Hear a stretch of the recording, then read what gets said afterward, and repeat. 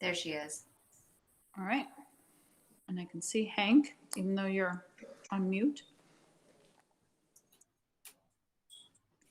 So we can go back to open session at 4:15. Okay. Anything to report out? There is nothing to report out at this time. Okay.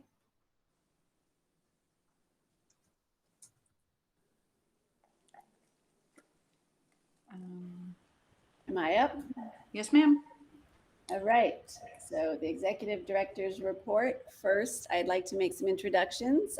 We have a host of new staff members that have joined Olive Grove and are starting the school year. But with us today, I would like to introduce Johanna Chase. Johanna has accepted the position in the role of Director of Education and Student Support. And I'd asked her, of course, it's a public meeting, she's welcome to join the meeting, but I'd asked her to join specifically today so you could get a visual of Johanna and meet her. Did you want to say any word of introduction, Johanna? You don't. Well, I just wanted to say hello and thank you for the opportunity to join the team. I've been here about a month and a couple weeks, and every time I meet someone new from Olive Grove, I'm just so delighted at how pleasant and kind and collaborative everyone is here. It's a wonderful place to be.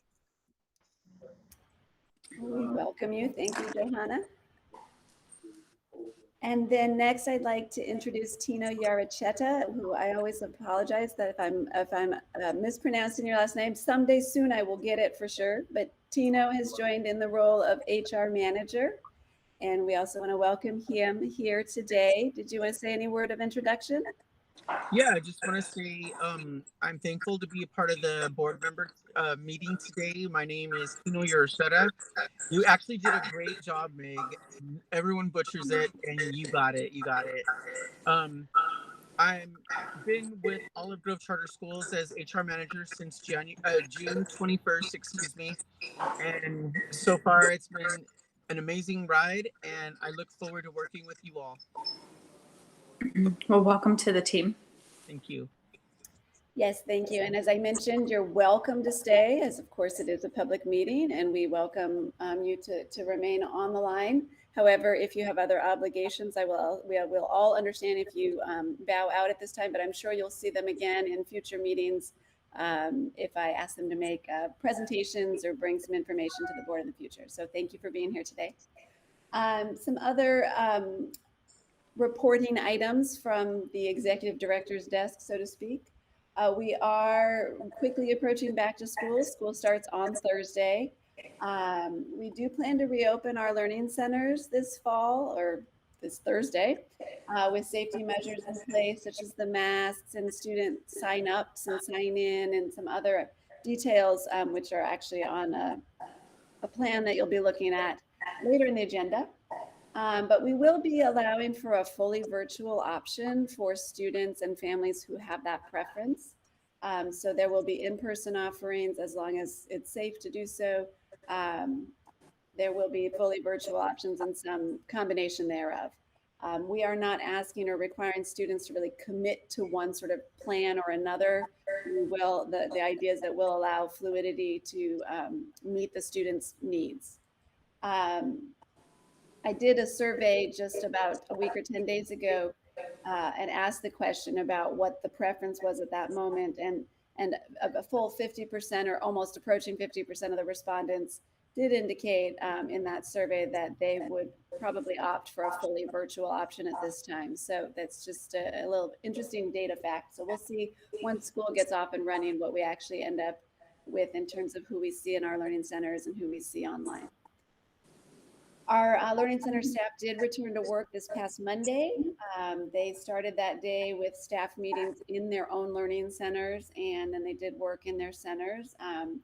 Today, we did do an all-staff meeting. We tried to keep it brief to let them have time to work in their centers, and we did that virtually. So each member of the team was in their own centers and calling in virtually. And then staff continued working in the centers and contacting families. And then tomorrow we have another brief meeting and more time for staff to get prepped for school.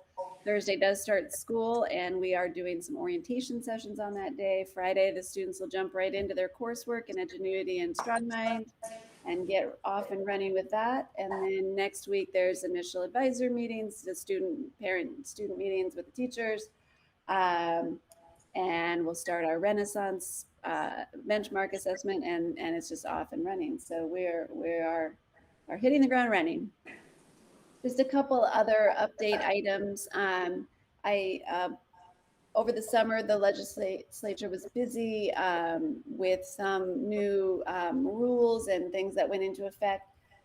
So this recent legislation has necessitated some programmatic and policy changes. So later on the agenda, you'll see the independent study policy is up for approval from the board tonight, and that includes, I'll go into more detail about what that looks like, but programmatically, we are now required, and we have the opportunity to, I think it's actually a really good opportunity to provide additional supports to our students.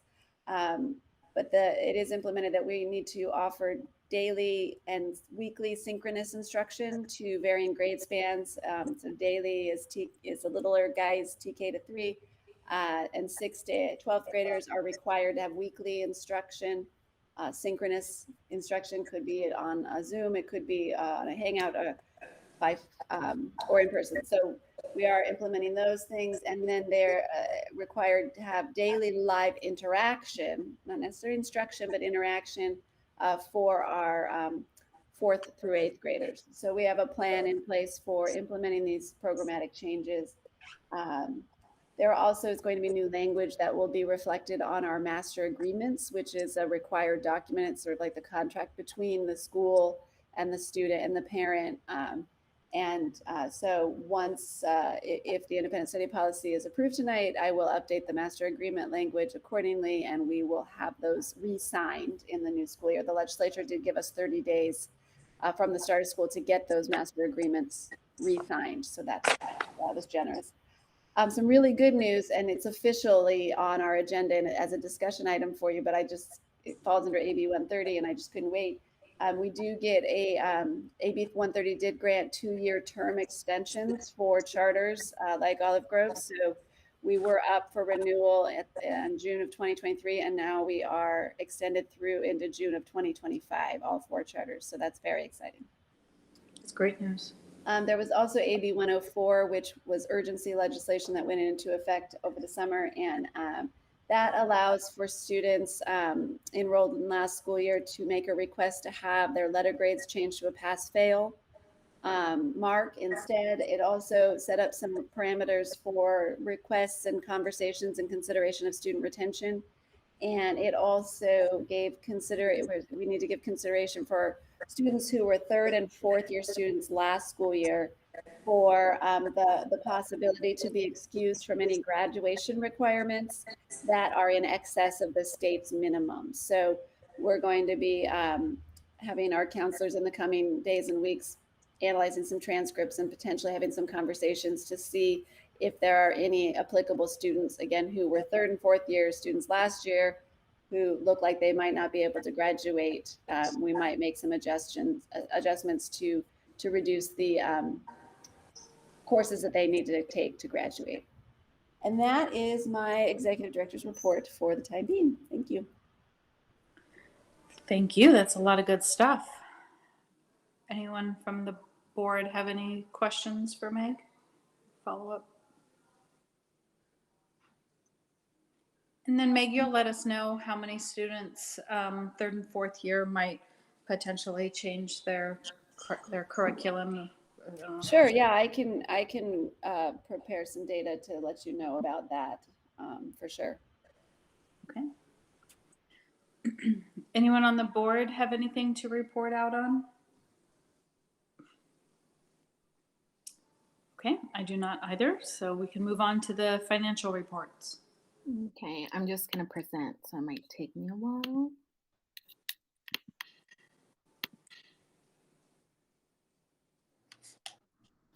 Alrighty. First of all, hi everyone. I didn't get to say hi to people when I logged in. Hello, Mari. All right. As of this information is as of May 31st of last school year, so I might use past tense or present tense, so I apologize for that. It's kind of goofy to report on years. So it's also compared against our second interim budget revision. Last May, we were 92% of our way through that last fiscal year.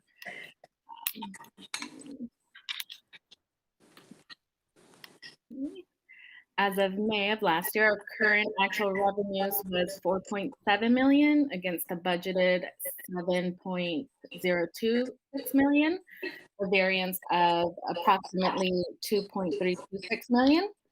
As mentioned last, the discrepancy is due to largely to the deferred LCFF revenues, which are slated to be picked back up in their entirety at the end of the month.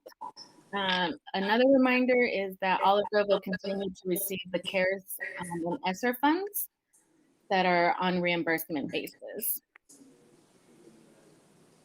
As you see here, our personnel expenses were approximately 4.16 million against a budget of 4.22 million, with a positive variance of around 58,000.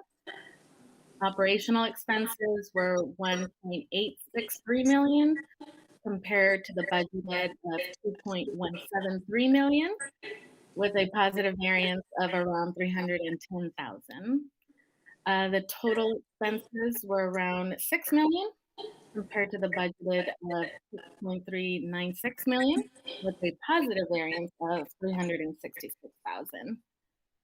The net tax income deficient, taking the revenue less expenses, the school has an actual net deficit of approximately 1.3 million to year to date, but we are expected to end the year in a positive surplus position once the deferrals are all recorded. Sorry, I need to change the sheet. All right. Again, as of last school year, May, OGCS has approximately 617,000 in current assets. We have approximately 1.335 million in current liabilities, but no long-term liabilities. We still hold roughly around 354,000 in restricted net assets, which consist of our vehicles. Total liabilities and net assets as of May were approximately 983,000, with a reserve balance of a deficit of 352,000. Which that is there too. I'm sorry, I didn't turn the page. And as our cash flow, you see there, as mentioned last, the decrease in cash flow experienced at the end of the year is due to the LCFF deferrals, but we're starting to see those apportionment payments come through and expected to be paid back in the entirety of the end of August or early September. Mari, can I jump in here just really quickly? Oh, yeah, perfect. So let me just stop. yeah, no, great news on the cash. So another little nugget of great news out of AB 130 is instead of our LCFF deferrals being drawn out, remember that little rainbow where we said, June comes in July and May comes in August, etc. All of the deferred LCFF payments are now expected to come in by the end of the month, like Mari said. Just so you know, that is really just a tiny bit over $1 million in cash. As a reminder, we do have the outstanding receivables, like those future payments, some of which we sort of sold so we could have cash on hand. That's a little bit over $400,000. So the great news is really by mid-September, we should have that obligation paid off and an additional $600,000 in cash to sort of replenish those cash reserves to start off this fiscal year. So really it's great news that we don't have to wait several months to get to this point where we want to be. We really should see that within the next 3 to 4 weeks. So it really is great news. We can handle our outstanding liability and get back to where we feel comfortable operating on sort of a normal basis again. That is really great news. Thanks for pointing that out. Yeah.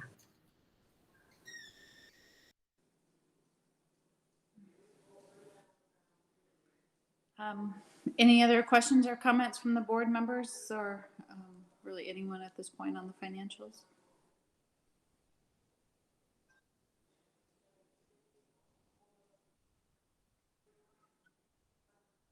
Okay.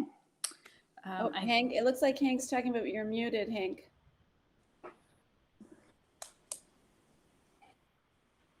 I see your mouth moving, but I think I see that you're still muted. I don't think I can unmute you.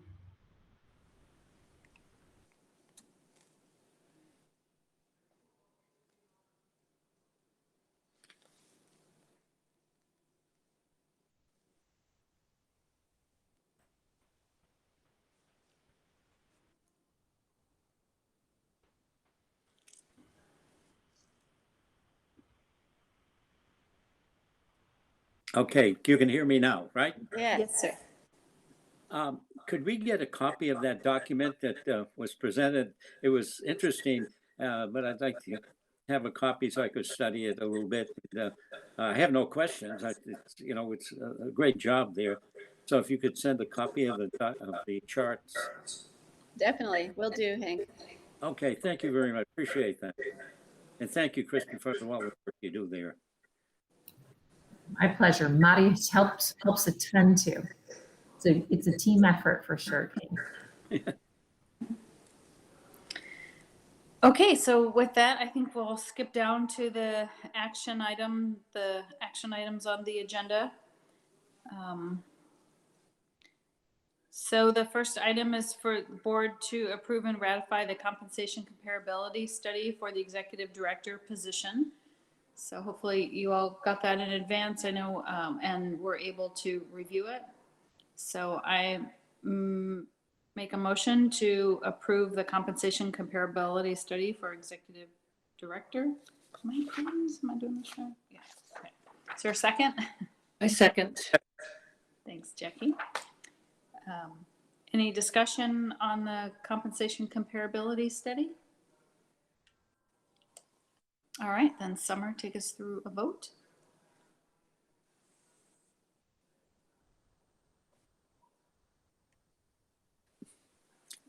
She's muted. It's your turn. Speak. Wow, I was just like, come on, Deb. Sorry, Willems. I should have just said I should have known. Hank Galena Aye. and Jackie Height. Aye. All right, motion passes 3-0. All right, great. So the next item is the required oral reporting regarding the board approval of the executive director contract. So as to the next agenda item regarding the board's approval of a compensation enhancement for the executive director, I am required by law to note the following prior to any board vote. And Summer, if you don't have this in writing, I'll give it to you if you need it. So Okay. make it a little easier for you. So the board will be voting to approve an amendment to the executive director's employment agreement, which will include a 3% base salary increase, which amounts to $149,350 effective July 1st, 2021. And the board will also be providing a one-time taxable payment in the amount of $5,000 to be paid no later than September 1st, 2021. All other terms of the current employment agreement with the executive director will remain in force and effect. I would also note that the above referenced salary enhancements were wholly in keeping with the compensation comparability study that the board has received and just approved. So that being said, I'd like any questions about what I said? So I make a motion to for the board to ratify and approve the executive director's contract. Second. Thanks, Hank. Any discussion on the updated ED contract? Okay, then Summer, let's go ahead and vote. All right. Deb Willems, Aye. Hank Galena, Hank, Aye. I'm all sorry. right. And Jackie Height. Aye. All right, motion passes 3-0. Thank you. Deb, would it be possible to get in writing from you Meg's new fiscal year 22 salary as well as the bonus terms so that we can use that? It's a little bit of an awkward situation to ask Meg to, we need some kind of documentation because Meg's usually the one that would approve any payroll changes. Yes, definitely. We have her updated contract. I just need to sign it and scan it, and then I'm assuming Meg will sign it, and then we'll have that, but I'll send that over to you as well. No Okay, problem. thanks so much. You betcha. So just again, Meg, I hope you see this as vote of appreciation and confidence from the board. We really appreciate your leadership and everything that you've done for the school and for the students and the staff over the last year. It's been always a pleasure working with you. So thank you for your dedication and to the school. Thank you. I appreciate it. Okay, so public hearing. Do I hand this over to you, Meg? Sure. Well, I don't know. You probably have to open the public hearing officially, I think maybe. So we open. So open the public hearing at 4:37. Okay. Right, and this is a requirement when we're looking at this revised independent study policy or when adopting an independent study policy in any case that we do hold this public hearing. There is language written on the agenda as to the purpose of the public hearing to consider the scope of using independent study as an instructional strategy, our purposes in authorizing independent study, factors bearing specifically on the maximum realistic lengths of assignments and acceptable number of missed assignments for specific populations. Really the main consideration for this public hearing has to do with that acknowledgement that leniency and enforcement of this independent study policy really actually can increase a student's odds of falling behind. So it's really critical that the terms of our independent study policy and its enforcement is not overly lax so that we can do our best to keep our students enrolled and from falling behind in school. In terms of the scope of the use of independent study, our purposes for authorizing such an independent study, and the factors bearing on the lengths of missed assignments or the lengths of assignment periods and missed assignments, those items actually were not substantially revised or changed from our existing independent study policy in the new version, in the revised version. Really, the reason for bringing this revised policy to the board is to incorporate the required elements as dictated by AB 130. So again, public hearing is a required element, so I will stop talking in the event there is any public participation at this time in regards to the independent study policy.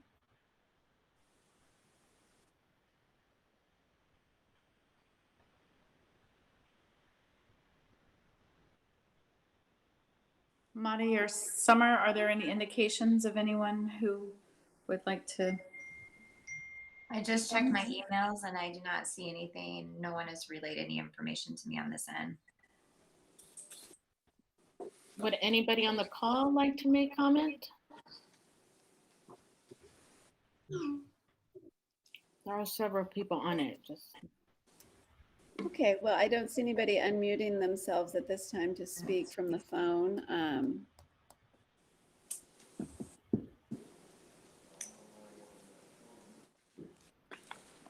Okay, that being the case, we'll go ahead and close the public hearing at 4:40.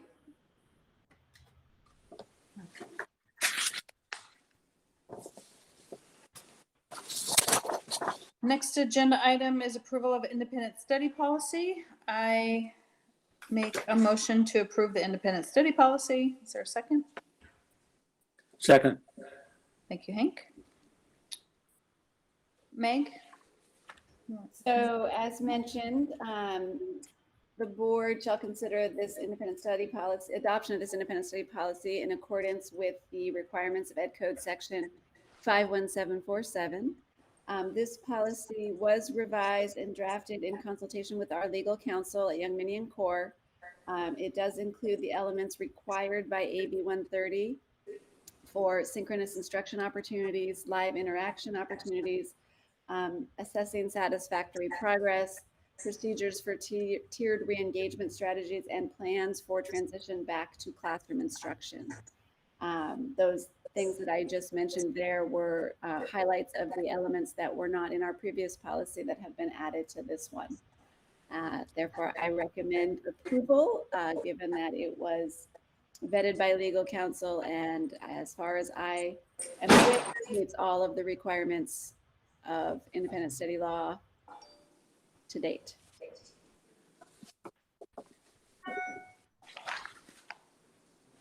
Okay, thank you for that. Any questions for Meg? Thoughts? Thank you for putting this together for us, Meg, and your team. I know it's never easy to kind of incorporate all the legal stuff, and so I appreciate you working so swiftly to get this in front of us today. You're welcome. So with no further discussion, Summer, I'll hand it over to you for voting. All right, Deb Willems, Aye. Hank Galina, Aye. Jackie Height. Aye. Perfect. Motion passes 3-0. Okay. Next item on the agenda is approval of the fiscal year. So item F. So I will make the motion.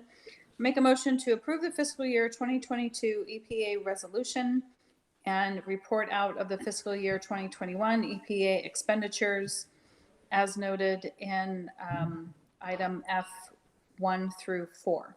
So I think the only action item is actually the approval of the resolutions.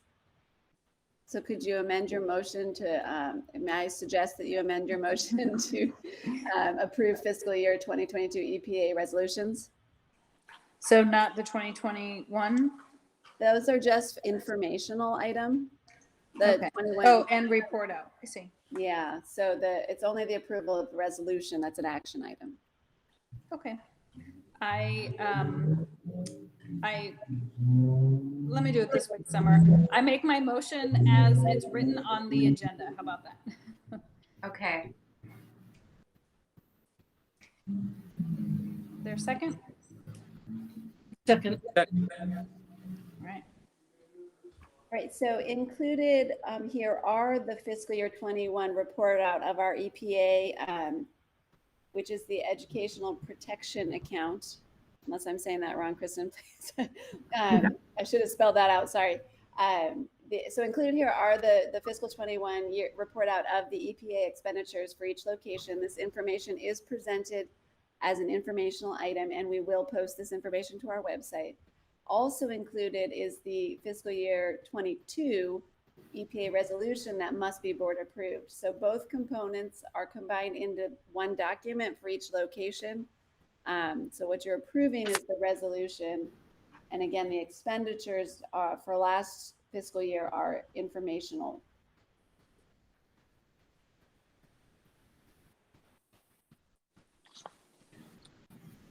Okay. Any other discussions on the approving the 2022 EPA resolutions? Okay, Summer. Right. All right. Deb Willems, Aye. Hank Galina, Aye. Jackie Height. Aye. All right. Motion passes 3-0.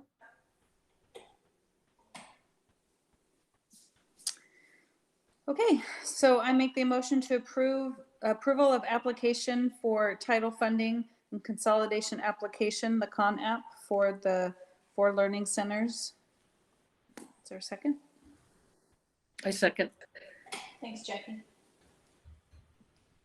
So this is, as the item implies, is the approval, it's the application for our title funding.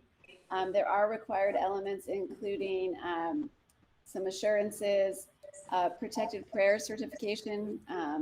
There is a federal addendum certification for our LCAP federal addendum, as well as the application itself for funding. So I recommend you approve these CONAPs, the application for funding for all 4 schools. Anything else you want to add, Kristen? No, you got it. I know there's a lot of components in there. I always like the protected prayer. It just means this board won't pass any resolution that infringes upon someone's ability to practice any religion that is protected in an educational environment. Whew, it's a mouthful. And we are applying for the same level of title funding that we have in the past. So nothing new really here, but we do need to do this once a year. Thank you.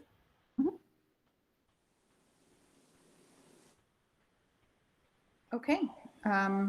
Hank or Jackie, any questions or thoughts on this process? No. All right, I'm good with it also, so we'll hand it over to you, Summer. All right, Deb Willems, Aye. Hank Galina, Aye. Jackie Height. Aye.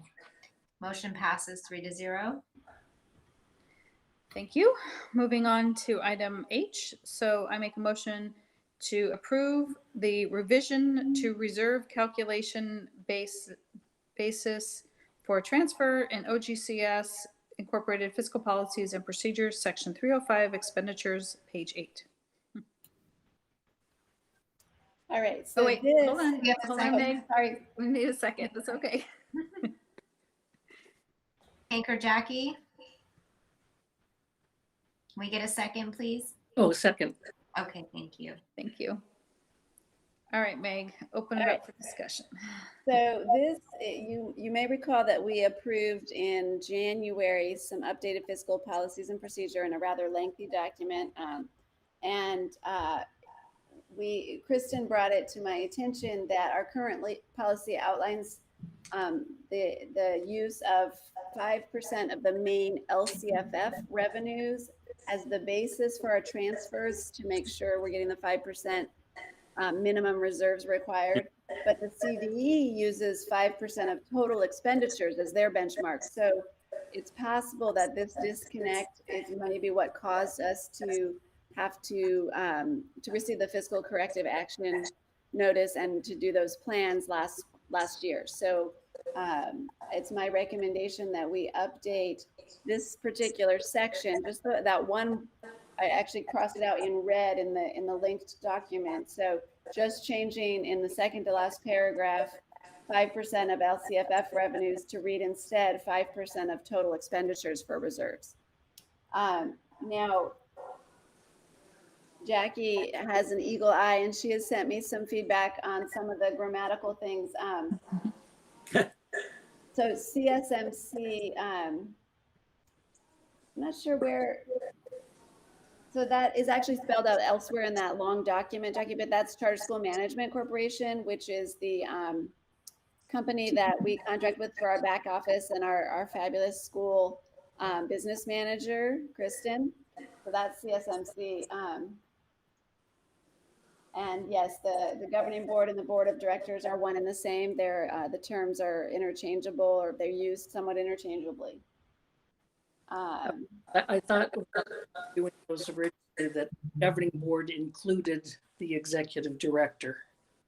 Oh, no, I am actually not a member of the board.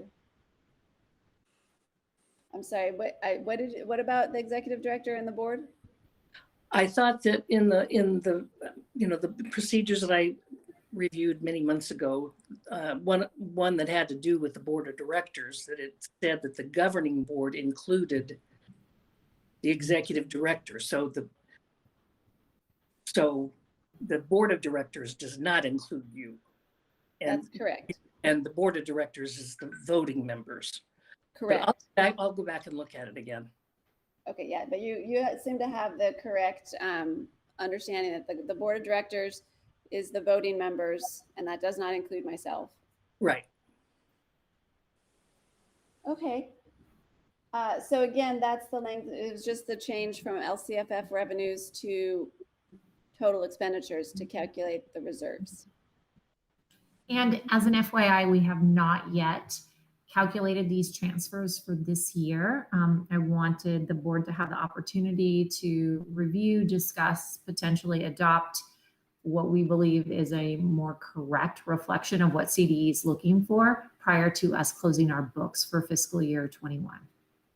Mhm. Any questions?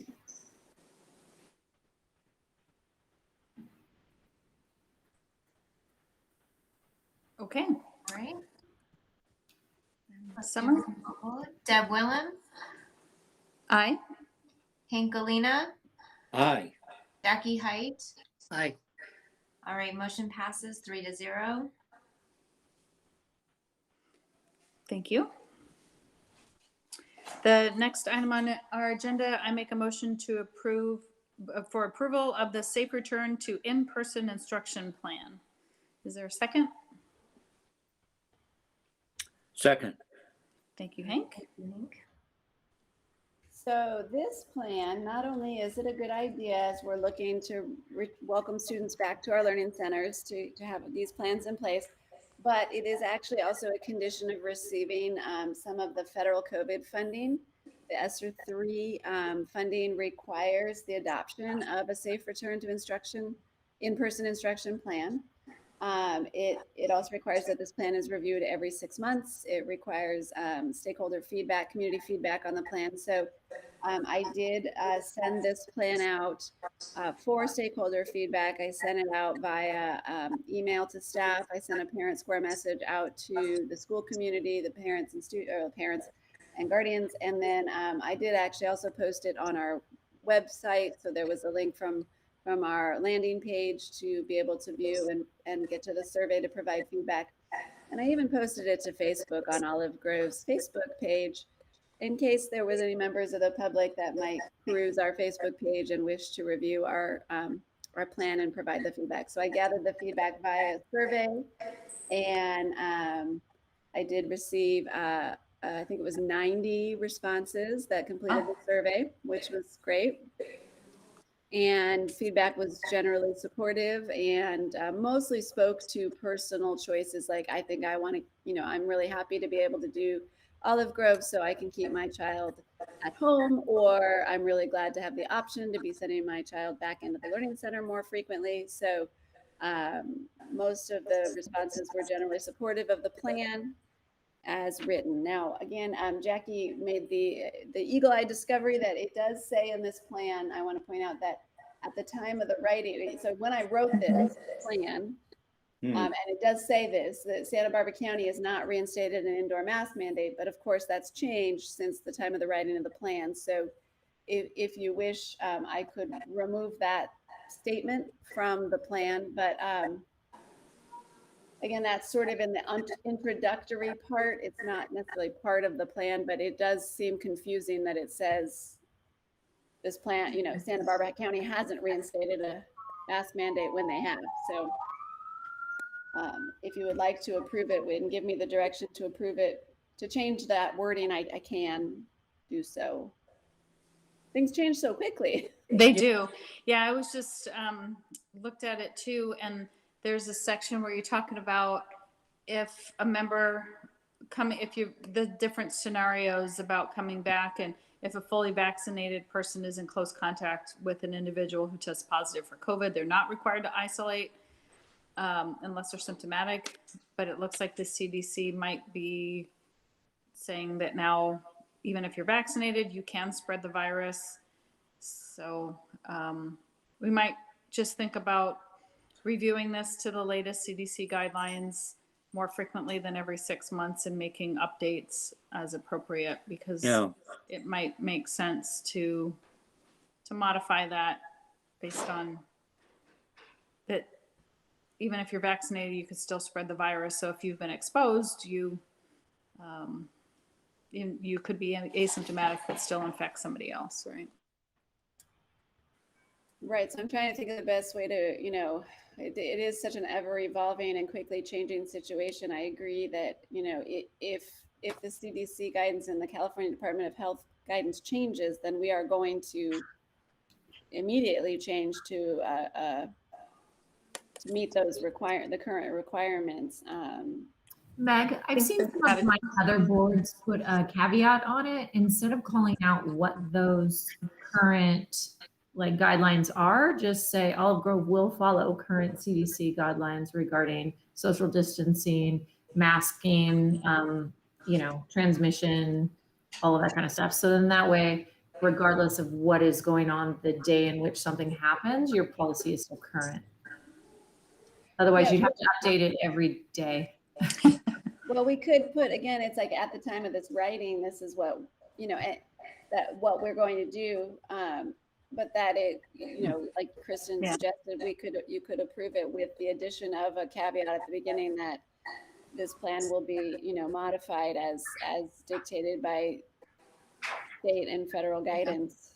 County, Well, and state, it federal. does kind of state that in here, right? Kind of right in the beginning where it says our plan is to do so is to align with the recent guidance issued on July 12th by this. So you kind of have that, but the California Department, yeah. I guess my big thing is as long as you are gonna does this have to be approved by the board every time if you have to make any adjustments?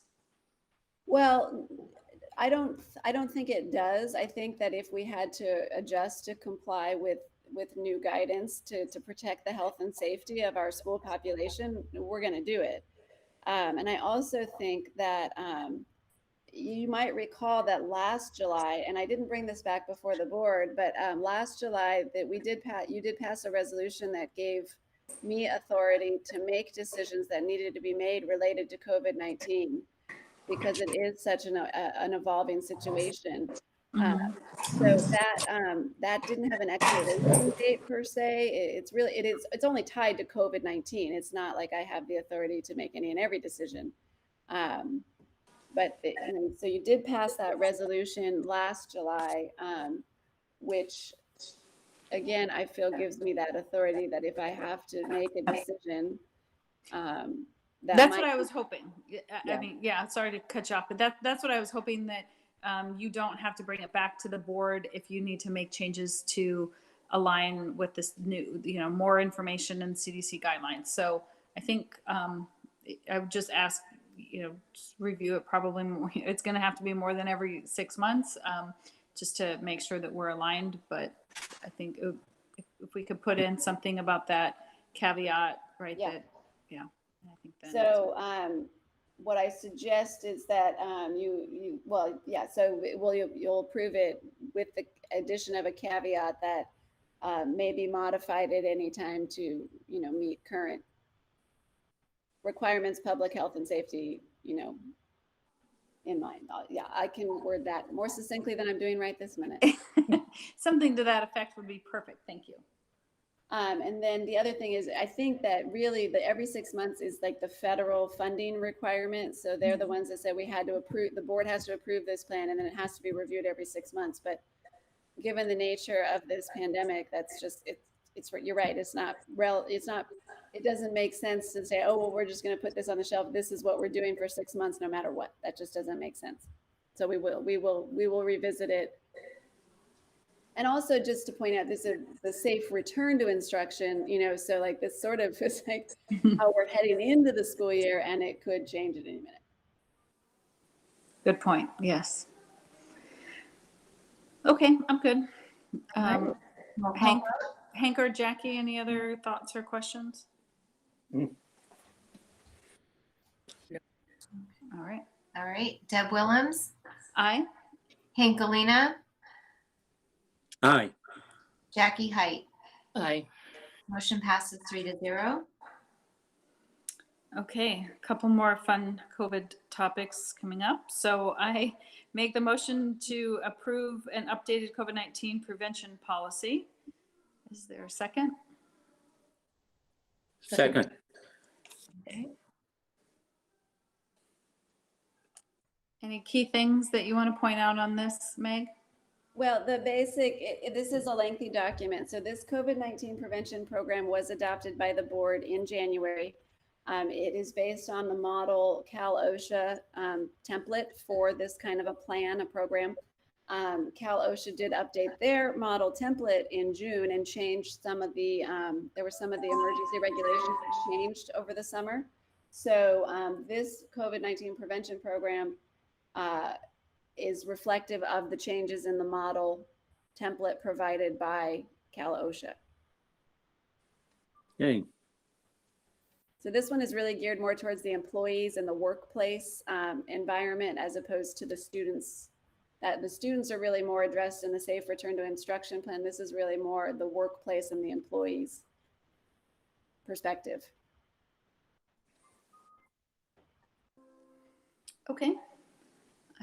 I'm good with what you submitted out to us in the proposal. So anyone else have questions or comments on the plan or the program, I should say? All right, Summer, take it away. Deb Willems, Aye.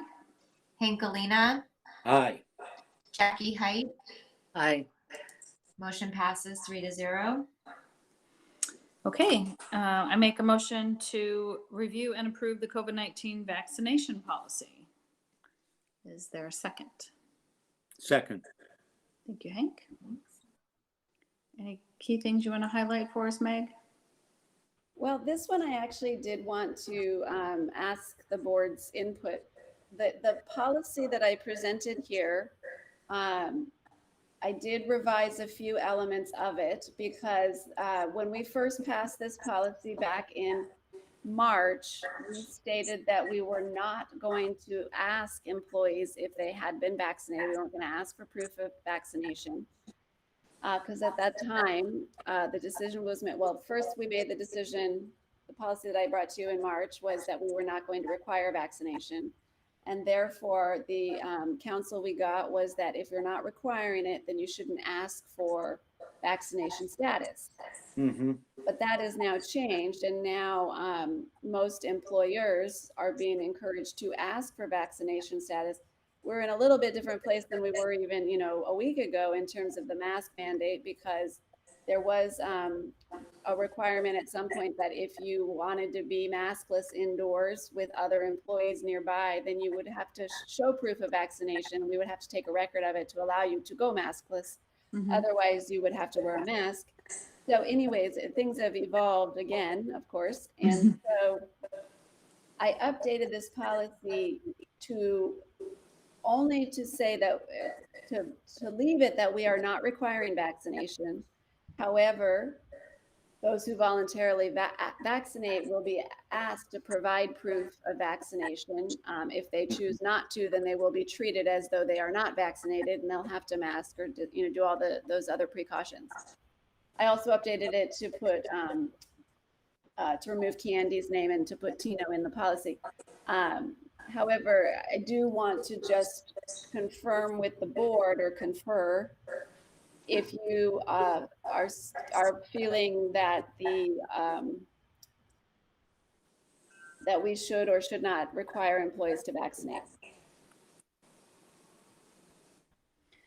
I personally don't think we should require employees to vaccinate.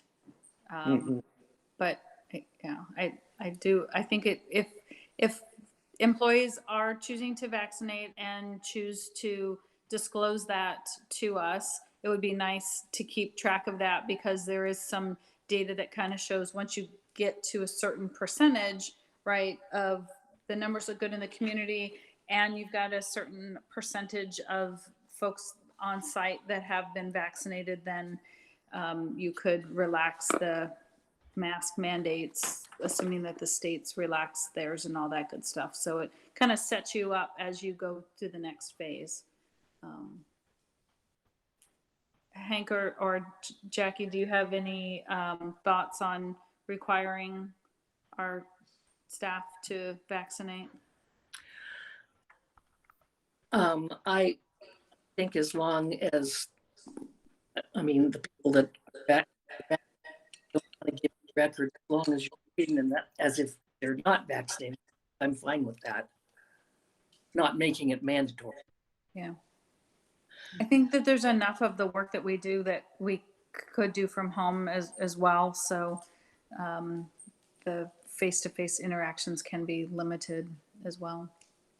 You might consider, and I'm not, it's a suggestion, instead of asked, that first item that you put in blue, that you put in the word ask, you could say encouraged, even Yeah, that's a good word.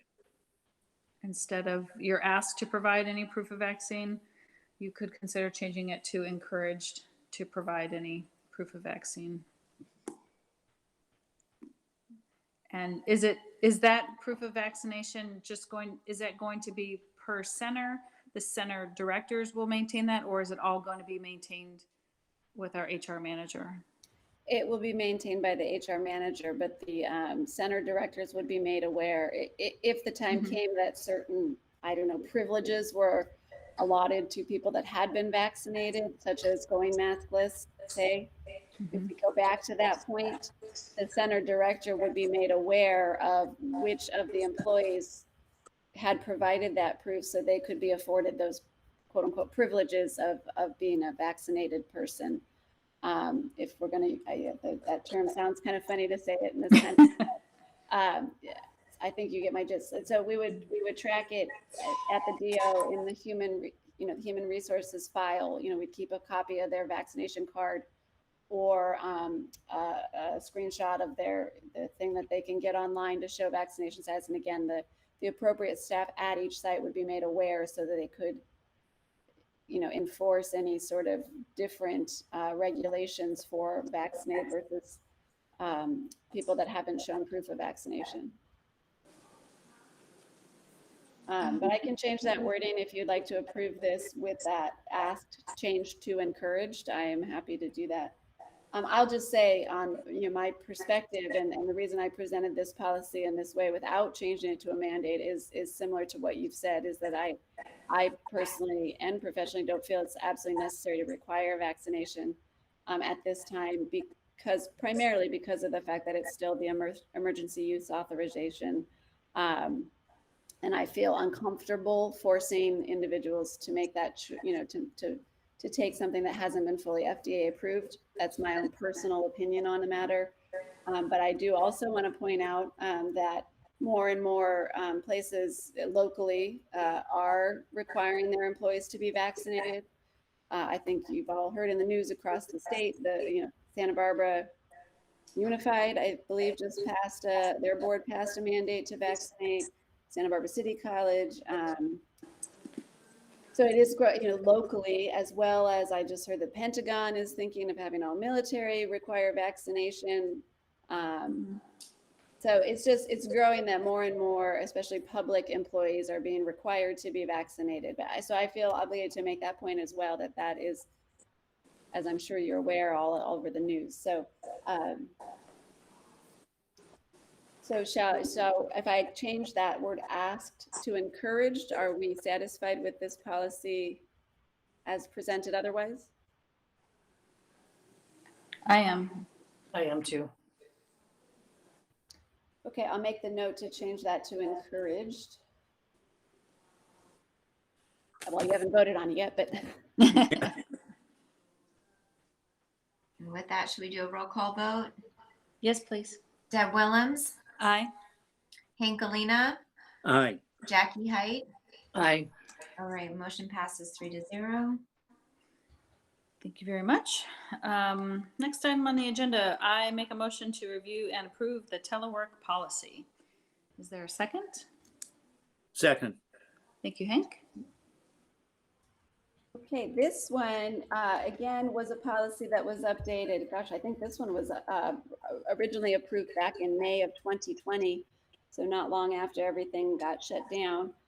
So I thought it appropriate to review and update it for the coming school year based on some changes. I did some revisions more to match current conditions and expectations of our staff. We are expecting staff to return to the learning centers. However, we are allowing the possibility of continued telework for certain positions where their duties allow, where it can be accommodated that way. So there is some partial option for virtual work when that it matches the position's duties.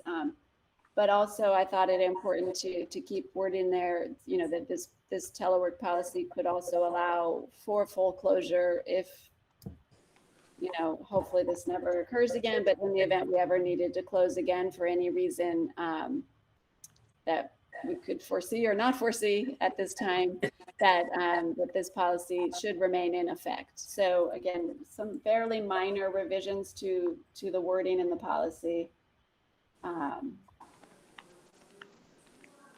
So I recommend approval. Okay, seems pretty straightforward. Right. Ready All for right. a roll call vote? Yes, ma'am. Deb Willems, Aye. Tankalina, Aye. Jackie Height. Aye. Motion passes 3-0. Thank you very much. Okay, moving down to the discussion informational items on the agenda. I'll hand it over to you again, Meg. Thank you. Well, as I mentioned in my good news in my executive director report, I did include as an informational item on your agenda in your board packet the official notification. We actually received 4 separate letters, one for each charter, but I combined them into one letter, the official from the CDE about the 2-year extension to the charter term. So I'm very excited about that. I think that's great news. I saw some claps virtually, but I think that's a huge relief, and that really helps us focus on the other business of the school for the short term, and kind of pushes that down the road a little bit with some changes going on legally, and allows us to, like I said, really focus on the education, growing the school. So I'm excited for us. So that's great news. Yeah, it really does just give us that a little extra time to really fine tune our program, focus on the quality, enhance the program's quality, and hopefully have it reflected in our assessment scores ongoing, and also the time to build, rebuild and build relationships with the districts across the county and the county office, just to hopefully lay the groundwork for what I hope to be a seamless renewal in now 4 years instead of 2. So the next, if there's no other applause for that, I'll move to item 11B. I did want to present to the board quite briefly some views of our spring assessment results. I'm going to share my screen so that there are links on your agenda, but just so you can see here what I am referring to. Again, this is a quick overview. I would invite you to click on the links in your agenda and review this information more thoroughly. And in the very near future, this information, these exact links will actually be posted on our website. I'll remind you, in the spring of 2021, California schools were given the option to either administer the usual state assessment, the CASP testing, the Smarter Balanced English Language Arts and Math and Science test, or we were given the option to do a local assessment. And Olive Grove chose to do the local assessment. We used our Renaissance assessments for in lieu of the CASP summative assessments. But part of the requirements for doing so is that we still need to publicly post the assessment results, and we also need to provide parents and guardians with student score reports. So we have the reports just about ready to go, and we will be sending those out either probably by mail, potentially electronically to families. We're going to follow the same time frame that we would for CASP. So within the first, I think it's 20 days of school, we will get those score reports out to individual students, and then, or the parents and guardians, and then these score reports will be, the overall assessment results will be posted to our website. I did contract with an outside company called Parsec Education to help extract the data from Renaissance, their platform, and to break it down and present it in this manner. So when we're publicly reporting this, it looks comparable to the way you would see the assessment results from the CASP testing. Also, they are professionals in data management, and they were able to very securely look at small numbers of certain student subgroups and hide data, or integrate data, hide the data that would potentially break student confidentiality if the student groups were too small, or those kinds of things. So I think that was a good thing to do. But we're looking at Buellton. We want them to both be brighter green, and you can see we have some work to do more in the math side.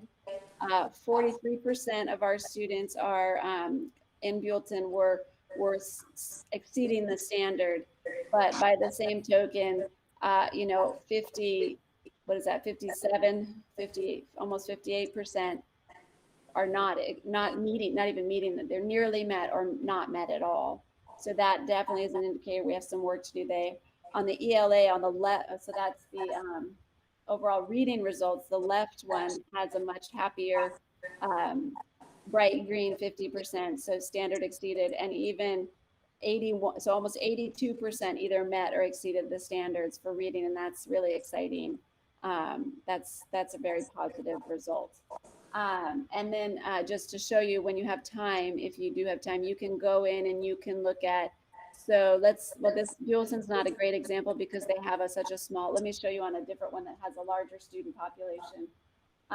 Here we're going to look at Lompoc, which is a slightly larger student population. And you can see in here, we could look at by race and ethnicity, either over on the left column or up at these top tabs. We could break it down by different race and ethnicity and look at the data in all kinds of ways. So again, just a quick overview of these overall results. In Lompoc, we'll start on the left this time since we typically read left to right. The reading results, we see about 60% are have met or exceeded the standard. 14% are nearly met, and then we have almost 26% that did not meet the standard according to this one assessment. And the math, again, which is consistent across the state oftentimes, but this again shows us we have some work to do, because we see here we have about almost 33% that have met or exceeded the standard, but on the other hand, we have almost 67% that are not meeting or nearly meeting the standard. A quick view of, let me get my cursor where I've lost my cursor. There it is. Quick view of Orchid Santa Maria here. Similar that we have, close to 50% meeting or exceeding on the reading side, close to 50%. But it's interesting that there are a significant number more or percent more in Orchid Santa Maria that are nearly meeting or not meeting the reading results. That's an interesting data point that is a little bit of a flag to me. That kind of makes it, but what happened there? And then we see a similar trend to the other centers where the math is definitely an area for improvement, seeing that we have almost about 25% that have met or exceeded, but that means there's 75% that are nearly met or not meeting the standard for math. And then lastly, but not least, we have Santa Barbara, which again, we see a little bit more of the same trend that we saw with a higher number meeting or exceeding in reading on the left. You'll see that's close to 60% of the students meeting or exceeding. And then, but on the right, we have a similar situation with the math where 34% have met or exceed, but then 66% are nearly met or not quite met. So again, I encourage you to explore those links either from your agenda or again, soon they will be posted to our website for everyone's reading pleasure. Meg, could we have a copy of those? So I don't have paper copies. Do you want a paper copy or a PDF, or how would you like it, Hank? Well, if you could send it, and then I can print it out. Can I send you the links and then in an email? Send me the link, sure. Okay, I'll send you the links in an email, and then then I will, then you'll have them and then you can print them if you like. Great. I appreciate that. Okay, and then let me make a note of that so I don't forget by the time I walk out the door here tonight. That's it for the discussion. Oh, so that's it for those discussions. So we're into the board business now. So Deb, I don't know if you want to take that back over or. No, you're good. You're on a roll. All right. So I believe we communicated. I know I'm pretty sure I sent some one-way communications about the fact that I'm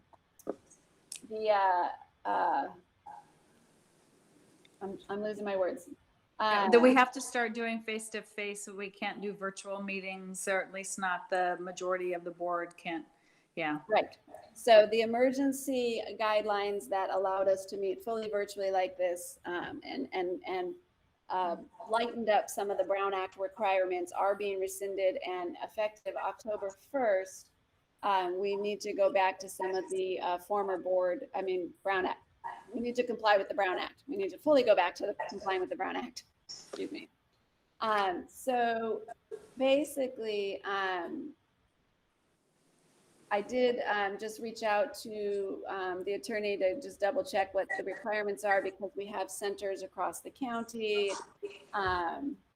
So we can, we want to think about before October 1st, so we can make our plans, where we want to hold the meetings. Now, we are not required by any statute to hold them at one particular center or to rotate between them. We are allowed to make the decision that's best for the whole community, either rotating between the learning centers or always meeting at the same center. As you know, we can't meet here at the district office because it does not meet accessibility requirements. So we can meet in one of the learning centers. Again, we could rotate, we can meet at one. But we cannot, or is it true that the sole place we meet cannot be San Luis Obispo? We cannot meet in San Luis Obispo, correct. Thank you for pointing that out, because that is an out-of-county learning center. We have to have our meeting in Santa Barbara County. And then all of the centers have to be opened so that members of the community could go. So technically we could have the board meeting and say this is at one center, but anybody could go to any center, and all the centers have to be open for the duration of our meeting. Yeah. Correct. So we have to have staff at each learning center, and we have to open the doors and provide at least a phone teleconference or a video conference, whichever. Typically it's been a teleconference, I think is my understanding in the past, where they can hear the board and participate in the meeting as if we were all in the same room.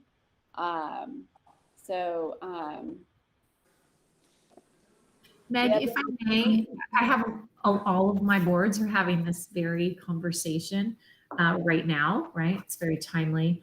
I will say that a lot of authorizers really enjoy and feel that there is greater participation when there is still a video link option for either them to participate or the public to participate.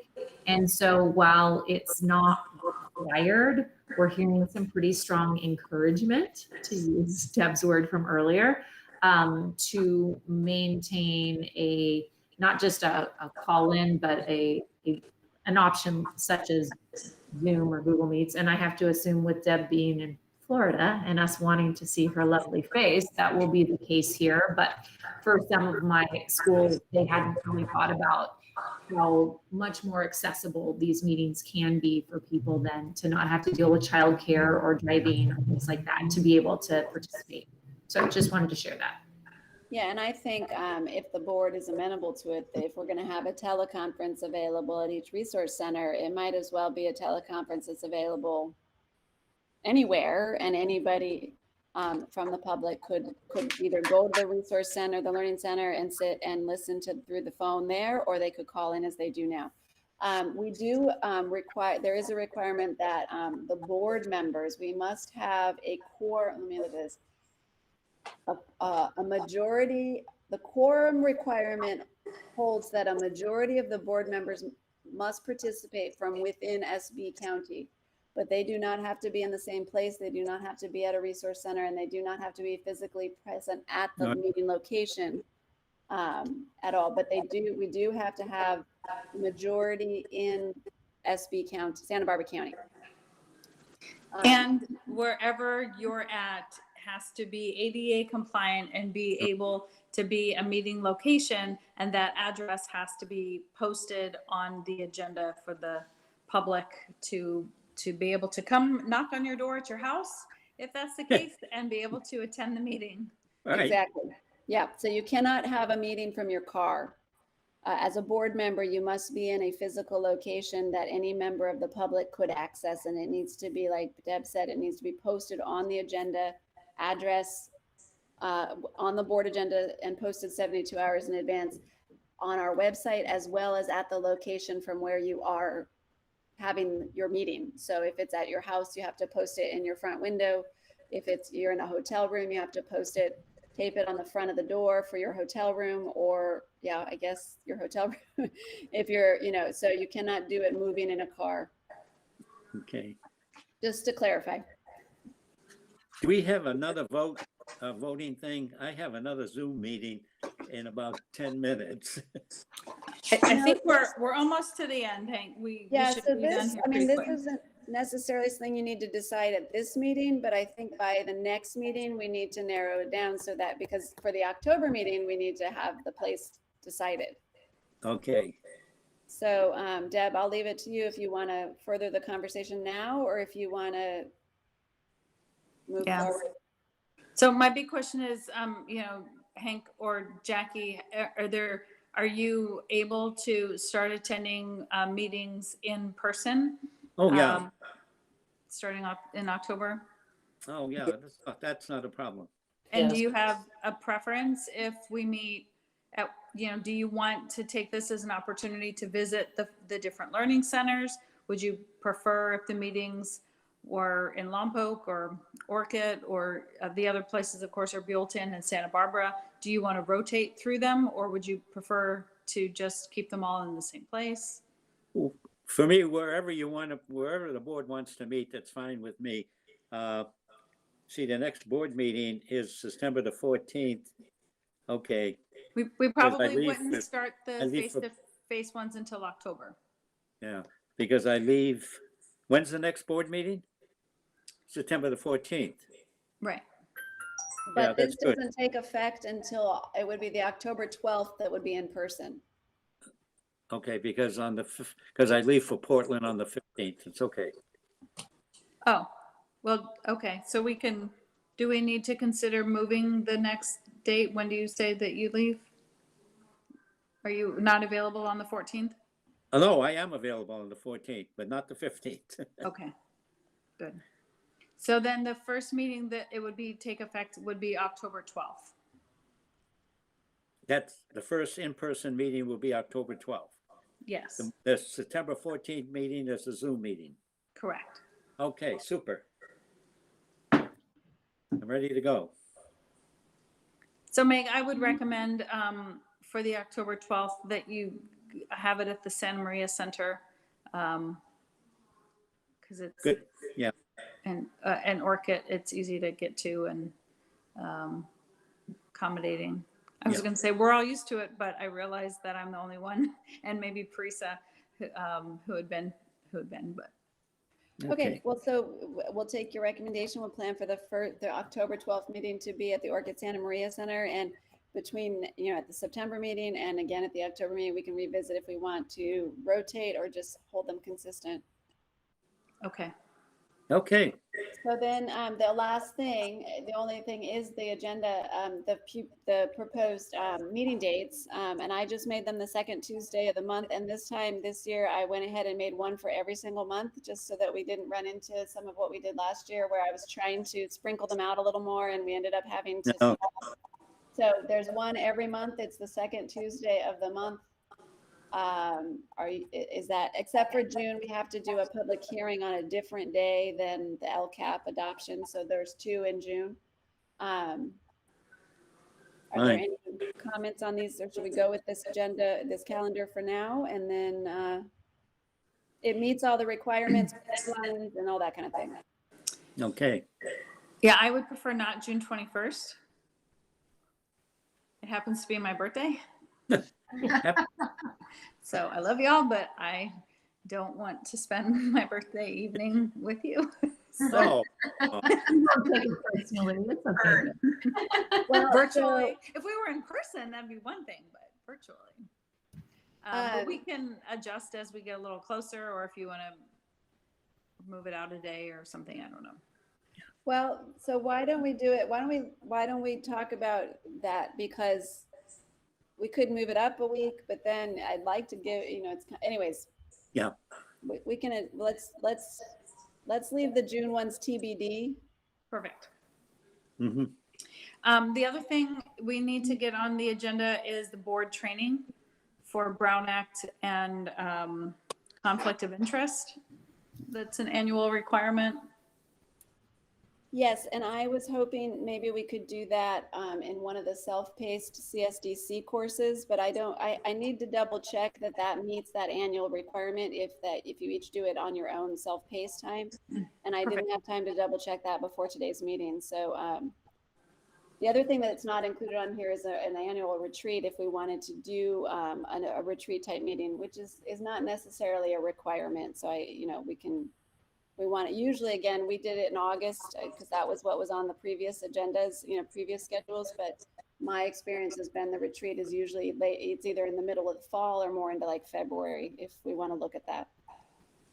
But I'm going to find out about the training and see if you could do that kind of self-paced.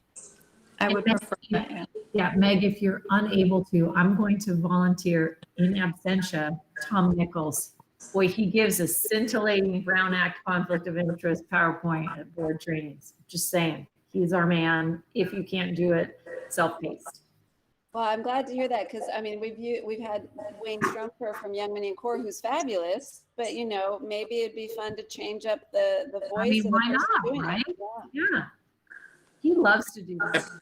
I'm gonna have to say goodbye, guys. Okay. Is that Thank gonna you, be Hank. okay? Hi, Hank. Yeah, So we're just we're let me almost- know, because if you're unable to do it self-paced and you wanted to get it on that September 14th agenda, just let me know and I'll tap Tom. He's great. That is good to know. Okay, awesome. Okay, yeah, I'm hoping we could do the self-paced one as well, as long as everybody on the board can get it to work. We'll hopefully make that happen. Jackie, did you get a chance to look at the proposed meeting dates? Are there any that you might have a conflict with? I don't have any conflicts with any of them. Cool. It's kind of hard now, right? I don't know, we're not traveling that much yet. Yeah. Right, so it's pretty open calendar right now, so. All right. Any other things, Jackie, that you think that we need to add to the agenda? There's a lot on there. No, I don't think so. And then I'm assuming that we'll have some more policies peppered in here as well. Yeah, I was planning. So the items that are on those with the meeting dates are just sort of like the big deadline due date stuff. There will be other things in there too. But yes, I'm moving ahead with the plan. The idea that we talked about last year of looking at a couple policies, at each meeting, so that we're staying on top of them and getting through review. We actually have reviewed a significant number of the policies last year, so we made great headway there. So I plan to just keep them on a regular schedule. Great. Tonight was COVID policy night. Yes. Well, great. Well, then I don't think there's anything else to add for new business. So the next meeting, as we've talked about already, is September 14th at 4 p.m. Pacific. That will continue to be a virtual meeting, and then we will firm up the details of where the October 12th meeting would be. Yeah, my recommendation, I think Hank is also in the Lompoc area, would be either the Lompoc Center or the Orchid one, but I think Summer are you still working are you at the district office or? I'm actually working out of the Santa Maria Learning Center, so Oh, okay. that one works well for me. That's kind of what that's okay, good. That's what I was thinking. Yeah, and it's just a hop, skip, and a jump from the DO, so that's fine. Yeah. Yeah, the only thing is how many people would be in that room if we need to social distance 6 feet or anything like that. But we'll cross that bridge when we get there, right? Okay. And that being said, we'll go ahead and adjourn at whatever time it is, 35 minutes past the hour. 5:35. You got this. You're welcome. Thank you. All right, thank you. Good night, everybody. Thank you all. It's good to see you.